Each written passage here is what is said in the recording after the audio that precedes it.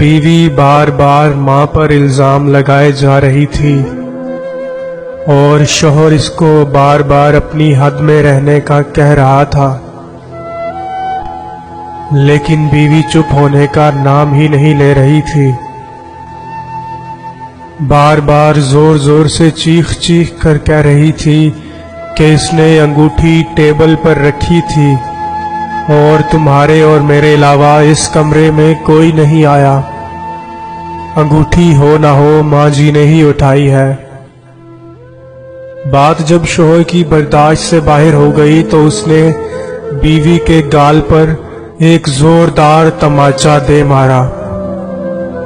अभी 3 महीने पहले ही तो शादी हुई थी। बीवी से तमाचा बर्दाश्त ना हुआ। वो घर छोड़कर जाने लगी और जाते जाते शौहर से एक सवाल पूछा कि तुम्हें अपनी मां पर इतना यकीन क्यों है। तब शौहर ने इसे जवाब दिया। इस जवाब को दरवाजे के पीछे खड़ी मां ने सुना तो इसका दिल भर आया। शौहर ने बीवी को बताया कि जब वो छोटा था इसके वालिद गुजर गए। मां मोहल्ले के घरों में झाड़ू पोछा लगाकर जो कमा पाती थी उससे एक वक्त का खाना आता था।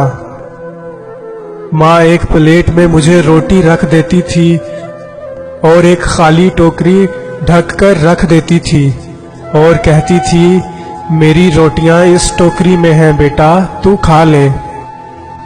मैं भी हमेशा आधी रोटी खाकर कह दिया करता था कि मां मेरा पेट भर गया है, मुझे और नहीं खाना।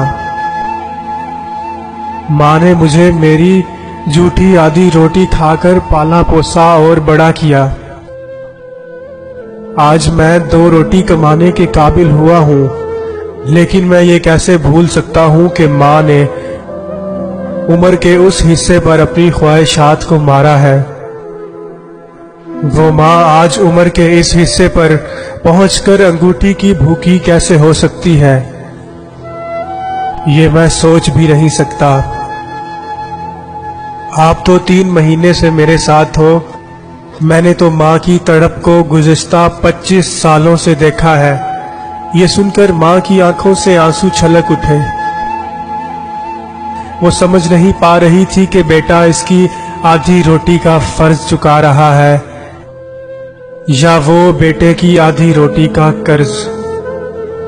दोस्तों, मैं हमेशा कहता हूँ, माँ बाप से बढ़कर कोई भी रिश्ता इस दुनिया में आपके लिए अजीम नहीं हो सकता। माँ बाप ही इस दुनिया में सबसे खालिस और मुखलिस रिश्ता है। अपने माँ बाप की कदर किया करें।